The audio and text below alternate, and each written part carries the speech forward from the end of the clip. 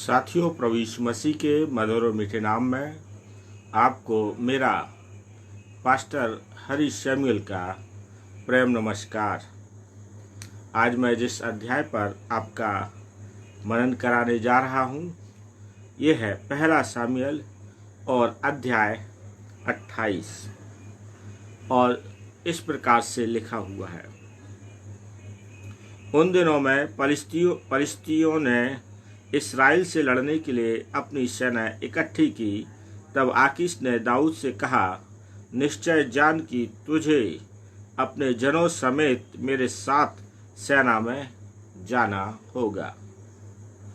पहला शामूएल और अध्याय 28 जिस पर हमारा आज का मनन है।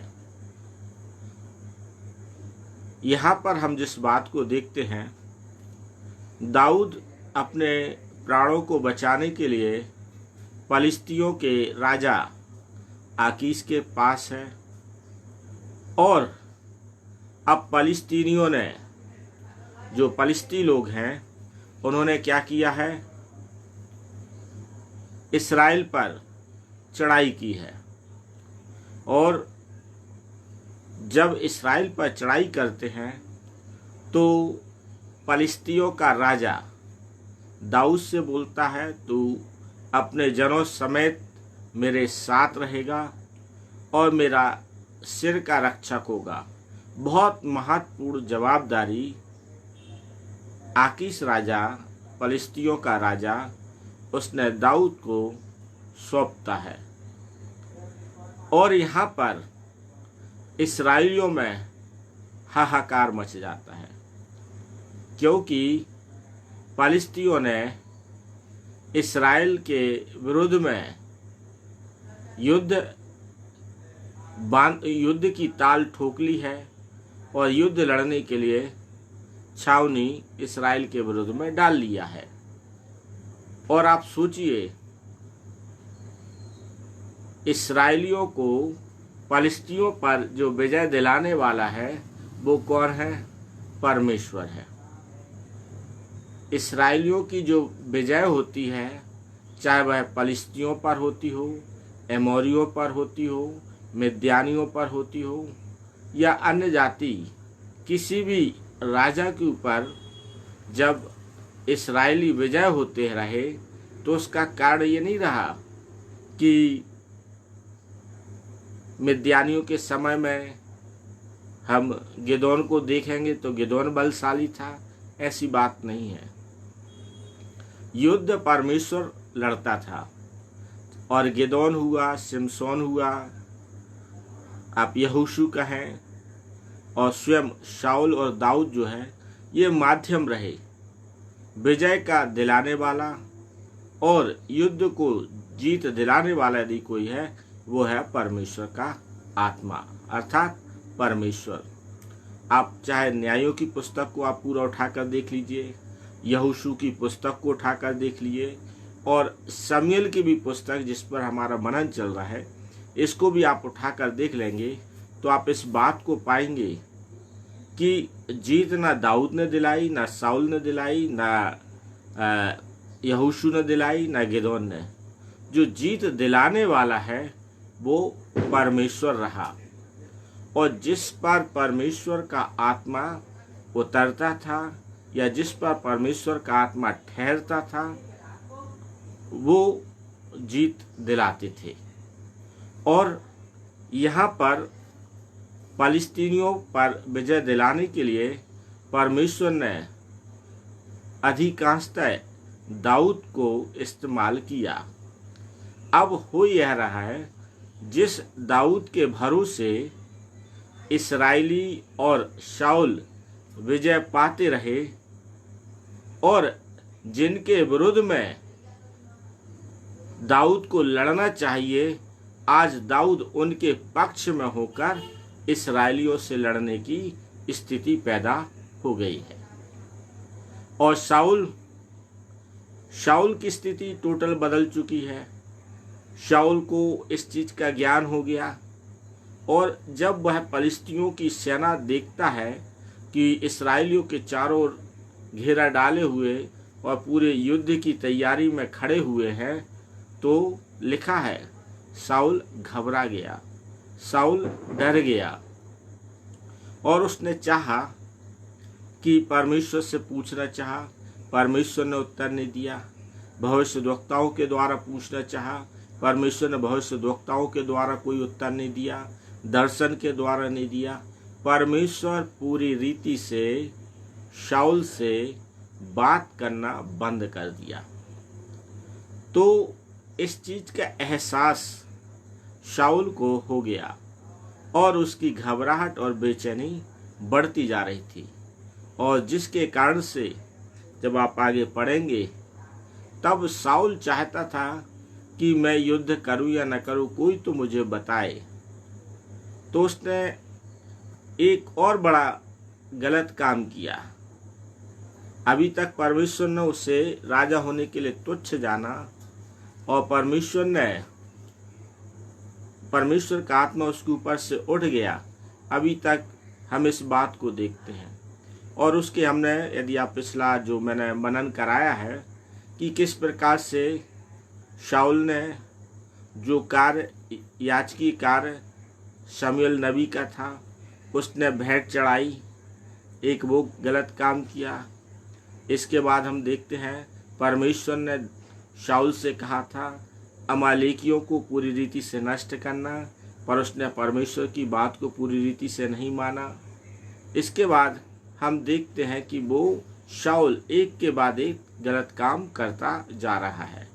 होना तो शाऊल को यह चाहिए था कि जहाँ पर वो गलत काम कर रहा है, गलत निर्णय ले रहा है, गलत डिसीजन लेके आगे बढ़ रहा है, उसको वहाँ पर ठहर कर सोचना चाहिए था, मनन करना चाहिए था।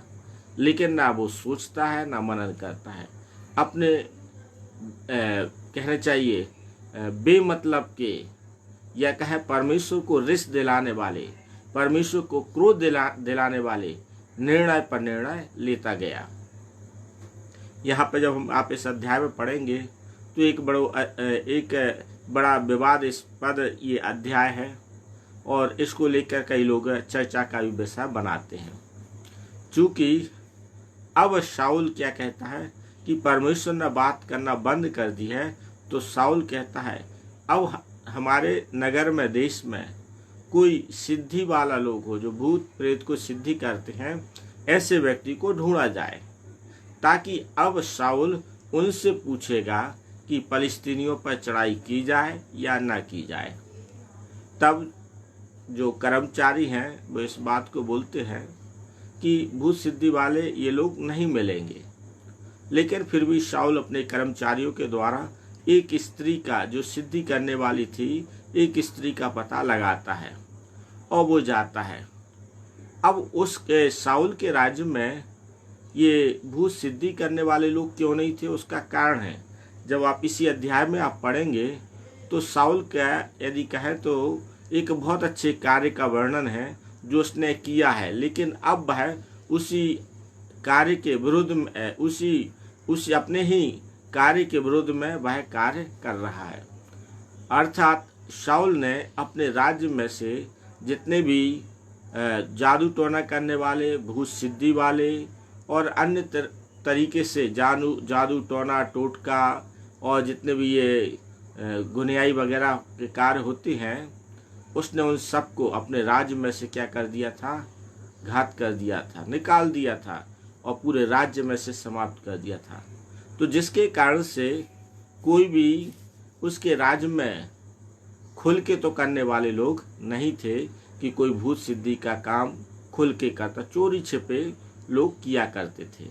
तो उन चोरी छिपे में शाऊल ने एक स्त्री का पता लगाता है और जाता है और उससे बोलता है और भेष बदल कर जाता है, क्योंकि वो राजे के रूप में जाता तो वो स्त्री नहीं कहती, और वो बोलती है कि मेरे लिए तू शमूएल के लिए बुला, और वो स्त्री शमूएल के लिए बुलाती है।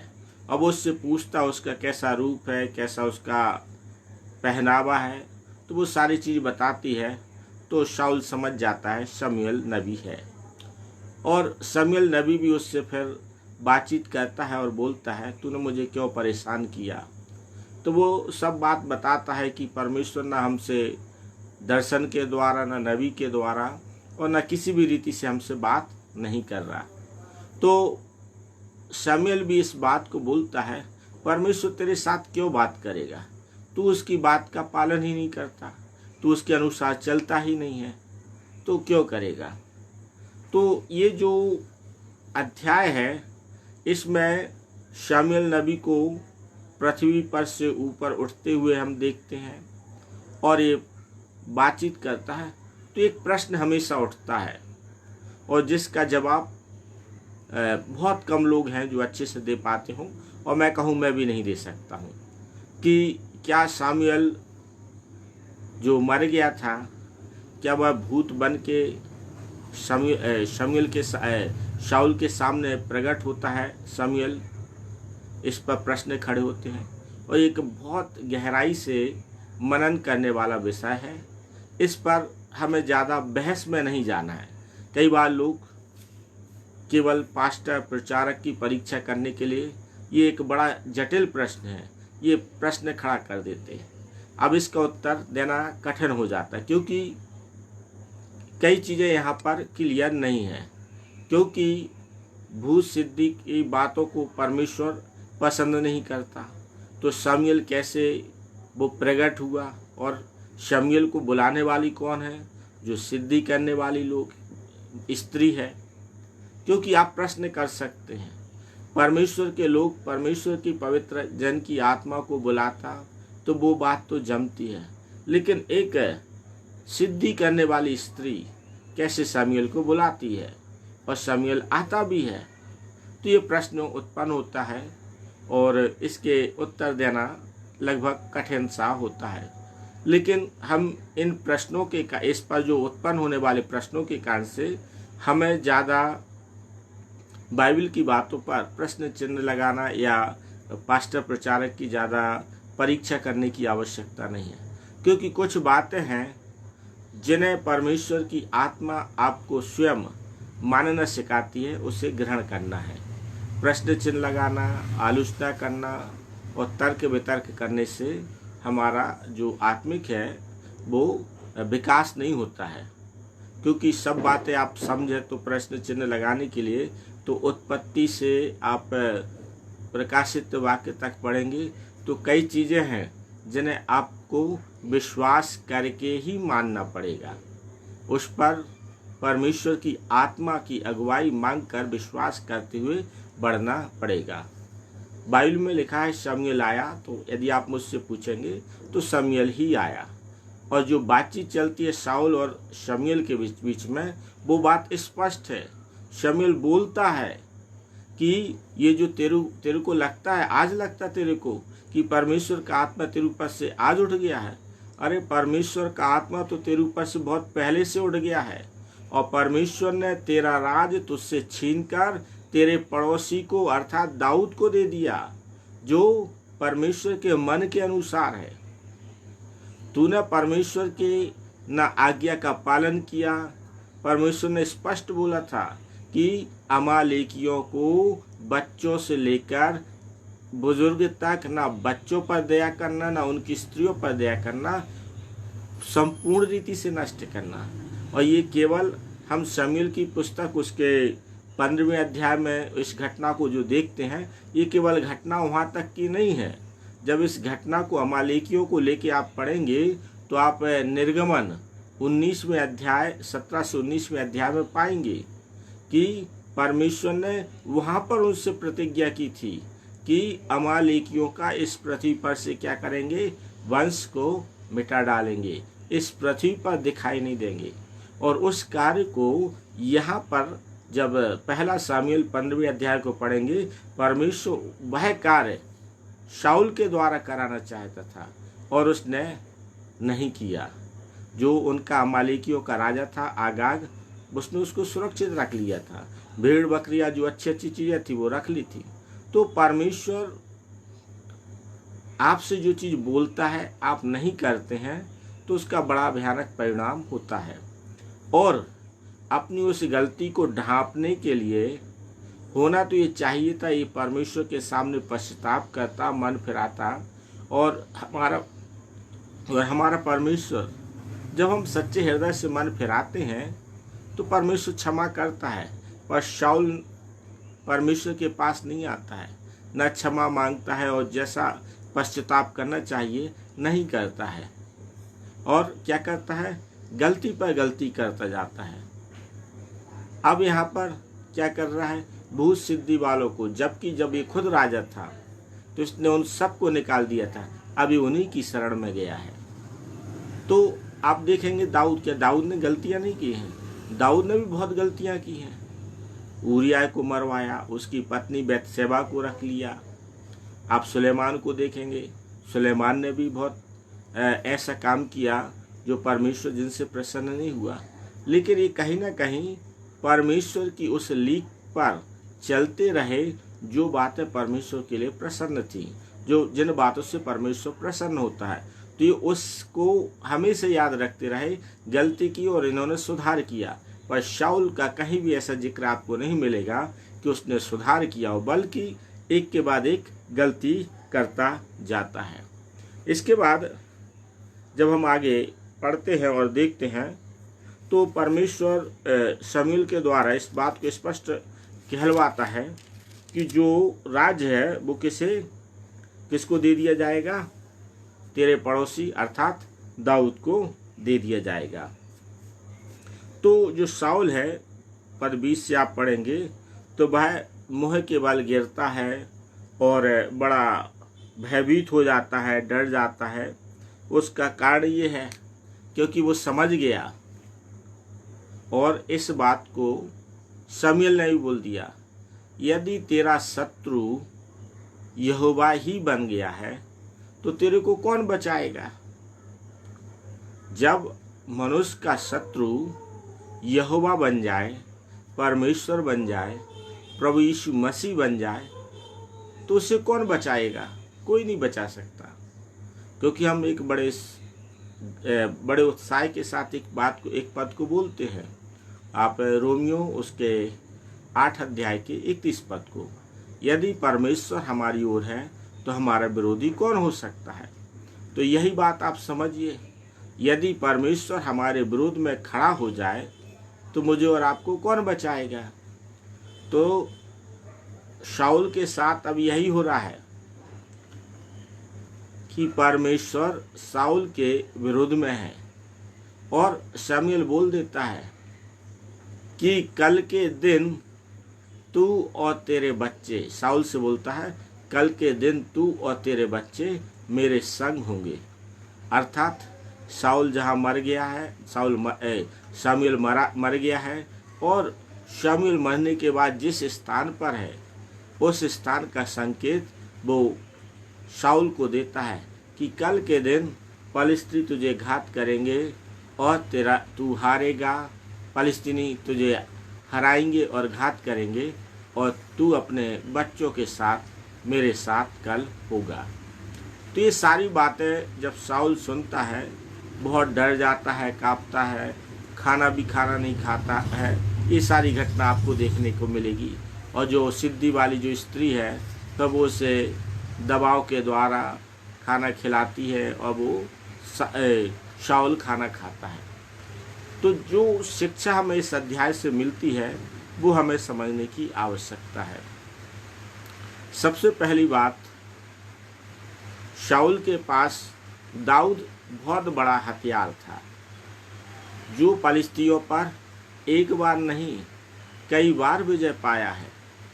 जब शाऊल ने मीकल के साथ शादी करने के लिए 100 खलड़ी की बात की थी, तो हम पाते वो उससे दूनी खलड़ियाँ काट के शाऊल के सामने डालता है। किसकी? फलिस्तीनियों की ही करता है। तो दाऊद ने फलिस्तीनियों के विरुद्ध में लड़ाई की है, युद्ध जीता है, और शाऊल ने दाऊद को ही क्या कर दिया था, उसका शत्रु बन गया था। तो जो आपके पक्ष से लड़ने वाला व्यक्ति है, जब आप उससे ही किनारे लगा देंगे तो आपको कौन बचाएगा। तो इस बात का हमें बहुत अच्छी रीति से अपना मूल्यांकन करना चाहिए और अपने आसपास के लोगों पर हमें बहुत अच्छी समझदारी के साथ दृष्टि रखना चाहिए। और कहे तो परमेश्वर की अगुवाई मांगते हुए हमें दृष्टि रखना चाहिए कि कौन हमारे पक्ष में है और कौन हमारा विरोधी है। यदि आपको इस चीज़ का ज्ञान नहीं है कि कौन हमारे पक्ष में है कौन विरोध में है, तो आपका नुकसान होना लाजमी है, अर्थात निश्चित है। क्योंकि आप उन बातों पर मत जाइए जो आपकी चापलूसी करते हों, आपकी प्रशंसा करते हों, और चापलूसी और प्रशंसा करने वालों के आप सुन के आप जो गलत निर्णय लेंगे या उनके उकसाने में आने पर आप जो गलत डिसीजन लेंगे, उससे नुकसान आपका है। तो समझदारी के साथ निर्णय लेना है और जांचना है कौन हमारी ओर है और कौन हमारे विरोध में है। क्योंकि सही व्यक्ति स्पष्ट बात बोलता है, सही व्यक्ति खरी बात बोलता है। और यदि आप खरी बात सुनने में हिचकते हैं और बुरा लगता है और जो चापलूसी की बात करते हैं उनमें यदि आप रुचि दिलाते हैं, तो आपका नुकसान होना निश्चित है। मैं चापा मिशन अस्पताल की घटना को आपको बताना चाहता हूँ। चापा मिशन अस्पताल के अधिकारियों ने चापलूसों की बातों को तवज्जो दिया और जो खरी बात बोलते थे उनके विरोध में एक्शन लिया। परिणाम क्या हुआ है? सत्य हमेशा जीतता है और उसका परिणाम ये हुआ कि मिशन अस्पताल चापा लेबर कोर्ट में केस हार गई। क्यों? गलत बात के पक्ष में आप कितना भी आगे बढ़ोगे, एक ना एक दिन जो गलत होता वो गलत होता और सही जो होता वो सही होता है। आज ही मैं एक पास्टर जी हैं कानपुर के, उनसे मेरी बातचीत चल रही थी। वो भी इस बात को बोल रहे थे कि मसीह संस्थाओं में किनको महत्व ज़्यादा दे दिया जाता है? जो चापलूस होते हैं उनको ज़्यादा महत्व दे दिया जाता है और जो खरे लोग हैं उनको किनारे लगा दिया जाता है। तो मैं इस बात को, मेरा अपना अनुभव है, आप गलत चापलूसों के आधार पर निर्णय लेंगे तो आपके राज का तो पतन होना ही है। शाऊल के राज का पतन होने का कारण यही रहा, जो उसके लोग थे शाऊल को उकसाते थे कि दाऊद तेरा विरोधी है, विरोधी है। और शाऊल एक ही काम था, अपने राज को बढ़ाने की जगह क्या कर रहा था? दाऊद की घात में लगा रहा। तो हमें अपने निकट के लोगों को भली भांति रीति से पहचानना आना चाहिए। यदि नहीं आएगा तो आप अच्छे और बुरे, अपने हितैषी और आपके विरुद्ध में षड्यंत्र रचने वालों को आप नहीं समझ पाओगे। तो प्रभु से आप प्रार्थना करिए, प्रभु आपकी समझ खोले और आपको रास्ता दिखाए, ताकि सही लोगों का सहारा लेते हुए आप अपने राज्य को, अपने वैभव को, अपनी प्रतिष्ठता को बरकरार रख सकें। इसके बाद इस अध्याय में हमें इस बात को देखने को मिलता है, शाऊल ने जिसके कारण से उसकी प्रशंसा की परमेश्वर ने की और की जानी चाहिए कि उसने अपने राज्य में से सारी सिद्धि करने वालों को बाहर कर दिया था। अब हम क्या देखते हैं? यह ऐसे ही सिद्धि करने वालों को ढूंढ रहा है। तो जब आप इस बात को याद रखिए, आप कठिन समय में हों, आप चुनौतियों के समय में हों, तकलीफ के समय में हों, तो भी आपको गलत बात का सहारा नहीं लेना है। शाऊल कर क्या रहा है? उसे पलिश्तियों से जीतना है, पर गलत लोगों का सहारा ले रहा है। ऐसे ही हमारे जीवन में जब चुनौतियाँ आती हैं तो हमें इस बात को याद रखना है, कोई हमारा साथ दे या ना दे, आपको गलत बातों में या गलत लोग जो आपको गलत बातों का समर्थन लेके आपको आगे नहीं बढ़ना है।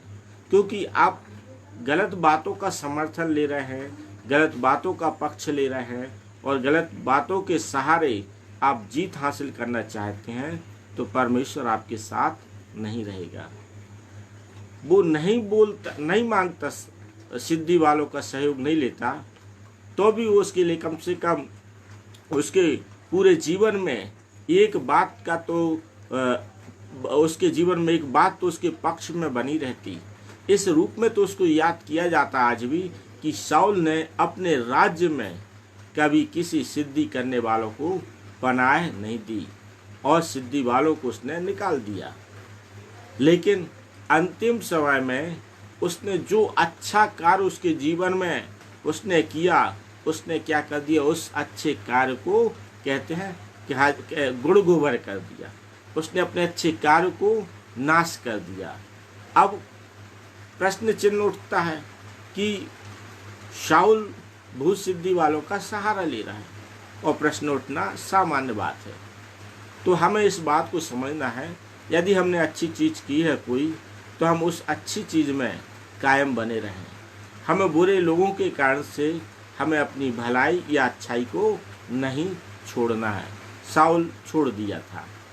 इसके बाद जब हम आगे देखते हैं तो शाऊल को शमूएल इस बात को स्पष्ट कर देता है कि जो तूने अमालेकियों को नहीं मारा है, पूरी रीति से नष्ट नहीं किया, तो ये तो एक संकेत है। यदि देखा जाए तो शाऊल ने कई बार गलतियां की, तो इसको होना ये चाहिए, परमेश्वर की ओर फिरता, पश्चाताप करता, उसके निकट जाता, करीब जाता, तो फिर भी परमेश्वर इस पर दया करता।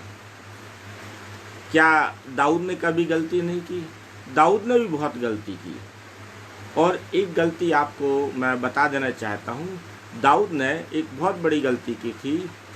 बहुत बड़ी गलतियों में से एक गलती, उसकी बहुत गलतियाँ हैं दाऊद की, गिनने बैठेंगे बहुत निकल आएंगी। एक जो उसका राज्य था, उसने अपने राज्य में क्या किया था, उसने गिनती अपने सैनिकों की, योद्धाओं की, अपने राज्य में जितने लोग थे उनकी गिनती कराई कि हमारे राज्य में कितने शूरवीर हैं।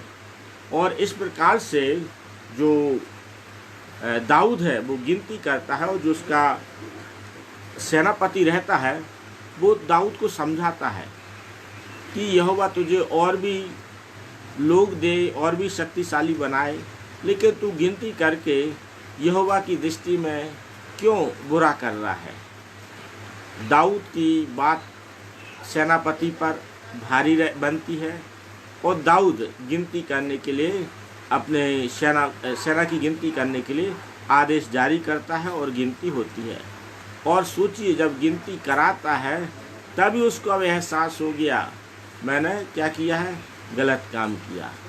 और परमेश्वर जब नाराज हुआ तो परमेश्वर ने दाऊद के सामने 3 विपत्ति रखी कि मैं तुझे शत्रुओं के अधीन कर दूं, कि वो 3 दिन तेरे को मारते रहें, कि 3 दिन तेरे को मरी के द्वारा मारूं, या परमेश्वर अपनी तलवार से मारे। तो दाऊद समझ गया। लाइट गोल हो गई।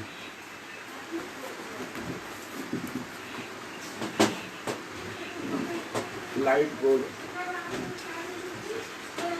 टाइट कहाँ है? सॉरी, थोड़ा सा लाइट गोल हो गई है। तो दाऊद इस बात को समझ जाता है कि परमेश्वर के हाथ से, परमेश्वर के द्वारा दंड लेना उत्तम है कि मरी से मारे जाए या अन्य जातियों के हाथ में पकड़वाए जाए। पर शाऊल अपने जीवन में नहीं सुधरा। तो इस बात को मुझे और आपको समझने की आवश्यकता है। परमेश्वर अवसर देता है हम अपनी गलती का सुधार करें। परमेश्वर अपने वचन के द्वारा हमें आशीषित करे। हम छोटी सी प्रार्थना करेंगे। हमारे परम पवित्र सामर्थी परमेश्वर यहोवा, प्रभु यीशु नासरी के नाम से आपके पास आते हैं। धन्यवाद देते जीवन की तमाम आशीषों के लिए जो आपने हम सबों को आशीषित किया। हमारे सारे प्रिय लोगों को आप आशीषित कीजिए, और हमारे प्रिय लोग आप में आशीषित रहें और आपकी महिमा में आगे बढ़ते जाएं। यदि कोई गलतियां की हैं तो इस समय रहते अपनी गलतियों का सुधार करने वाले बन सकें। ऐसी दया हम इन पर मांग लेते। सारी बातों में आपका धन्यवाद देते हुए प्रार्थना प्रभु यीशु नासरी के नाम से मांगते हैं। आमीन, आमीन, आमीन।